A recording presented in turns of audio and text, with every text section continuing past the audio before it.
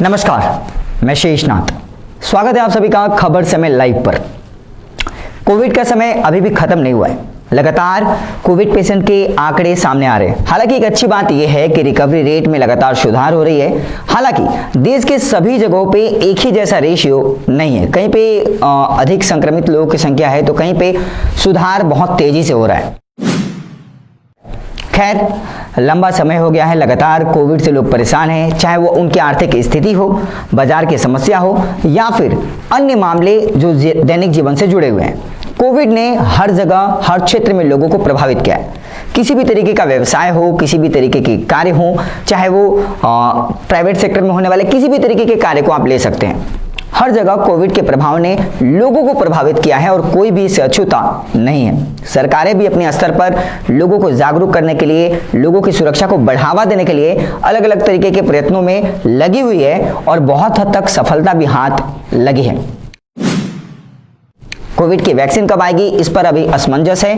कोई भी खुलकर तथ्यों को सामने नहीं रख रहा है। हालांकि कई जगहों पे तीसरी चरण की जो वैक्सीन की प्रक्रियाएं हैं वो प्रारंभ कर दी गई हैं और उम्मीद की जा सकती है कि नया वर्ष जब हमारे सामने होगा तो कुछ न कुछ अच्छी खबरें कोविड वैक्सीन को लेकर के भी आएंगी।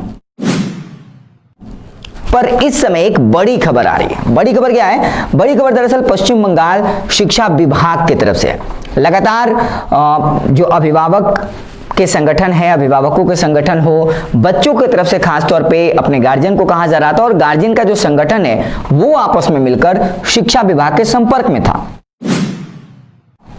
अब इसका कारण क्या है? क्योंकि मार्च के बाद से ही, अप्रैल से ही सारे स्कूल्स बंद हैं, पठन पाठन की प्रक्रिया पूरी तरीके से स्थगित है। हालांकि ऑनलाइन के तरीके से, ऑनलाइन माध्यम से, चाहे वो टीवी पर कुछ पर्टिकुलर चैनल से गवर्नमेंट की तरफ से उस पर पाठ्यक्रम को चलाना हो या फिर स्कूलों की तरफ से ऑनलाइन कक्षाएं संचालित करनी हो, ये लगातार जारी रहा और अभी भी है।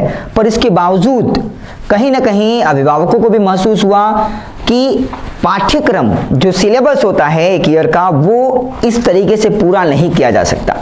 और ऐसे में जब बच्चे माध्यमिक और उच्च माध्यमिक का एग्जाम देने बैठेंगे तो उनके सामने एक बहुत विकराल समस्या उत्पन्न हो जाएगी। चूंकि सिलेबस पूरा नहीं हो पाएगा, ऐसे में मानसिक तौर पे वो उस एग्जाम के लिए प्रिपेयर नहीं हो पाएंगे। इन्हीं सारी समस्याओं को लेकर पार्थ चटर्जी जो कि शिक्षा मंत्री हैं पश्चिम बंगाल सरकार के, उनके पास लगातार ज्ञापन जा रहे थे, ज्ञापन सौंपा जा रहा था और बहुत दिनों से बुधवार को ही उन्होंने एक संवाददाता सम्मेलन किया पार्थ चटर्जी ने, जो कि शिक्षा मंत्री है, और उन्होंने बकायदा बताया कि लगातार अभिभावकों की तरफ से ये समस्याएं आ रही थी, उनके तरफ से सवाल आ रहे थे और असमंजस की स्थिति बनी हुई थी। कोविड के कारण जिस तरीके की समस्याओं से जूझना पड़ा है, खास तौर पे शिक्षाई व्यवस्था को अगर हम देखें तो आपके भी बच्चे बहुत सारे पढ़ रहे होंगे स्कूलों में, आप भी अवगत होंगे कि किस तरीके से ऑनलाइन शिक्षा व्यवस्था ने कितना फायदा आपको पहुंचाया है या फिर उसका कितना फायदा नहीं पहुंचा है। ये तो आप बेहतर बता सकते हैं क्योंकि आप प्रैक्टिकली उस चीज को एक्सपीरियंस कर रहे होंगे।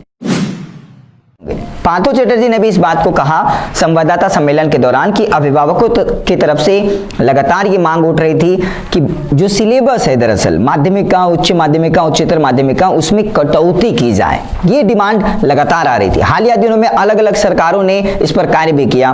राजस्थान की सरकार हो, उत्तर प्रदेश की सरकार हो, वहां पे सिलेबस में कटौती की गई है।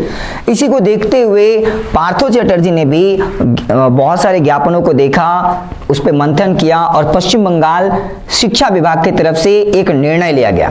बहुत बड़ी खबर है दरअसल, आपको जानना जरूरी है। निर्णय ये है कि अब 2021 के लिए जो सिलेबस निर्धारित होगा उसमें जो पूरा पाठ्यक्रम है 30 से 35% तक, 30 to 35% रिड्यूस कर दिया गया है, घटा दिया गया है सिलेबस को। अब इससे फायदा ये होगा कि जो बच्चे दरअसल कक्षाएं नहीं संचालित होने के कारण, प्रैक्टिकल कक्षाएं नहीं संचालित होने के कारण पूरे सिलेबस की तैयारी को लेकर के असमंजस में थे, थोड़ी बहुत राहत की सांस जरूर लेंगे। एक और अच्छी बात ये होगी कि अब उन्हें एक फिक्स्ड सिलेबस मिलेगा, एक फिक्स्ड टाइम ऑफ पीरियड के लिए, जिसके अंतर्गत वो तैयारियों पर जोर दे पाएंगे और उम्मीद के अनुसार अपने एग्जाम्स को दे पाएंगे।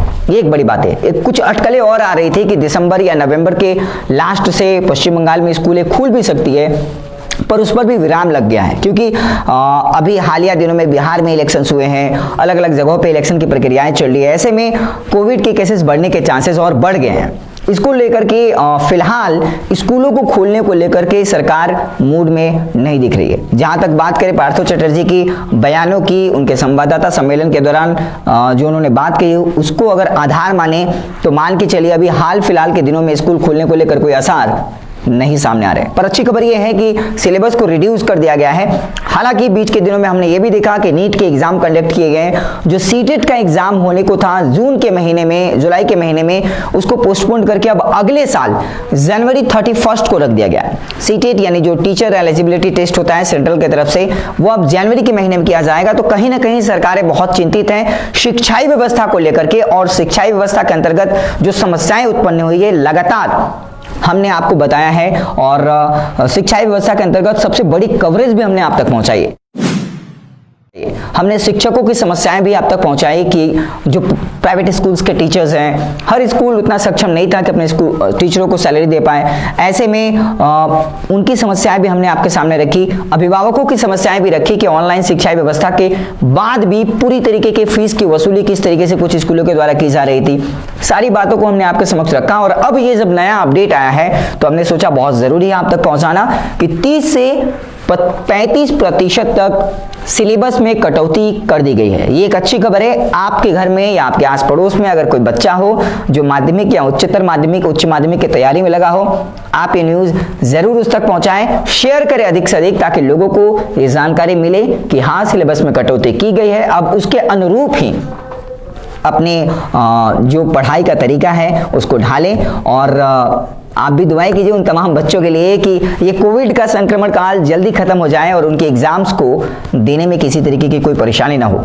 नया वर्ष नई खुशियां लाएं। अभी तो हालांकि टाइम है, पर सुरक्षा आपके हाथों में है, आपके अपने हाथों में है। सरकारें लगातार प्रयास कर रही हैं, और हम और आप मिलकर के ही इस संक्रमण काल से भी उबरने में सक्षम हो पाएंगे।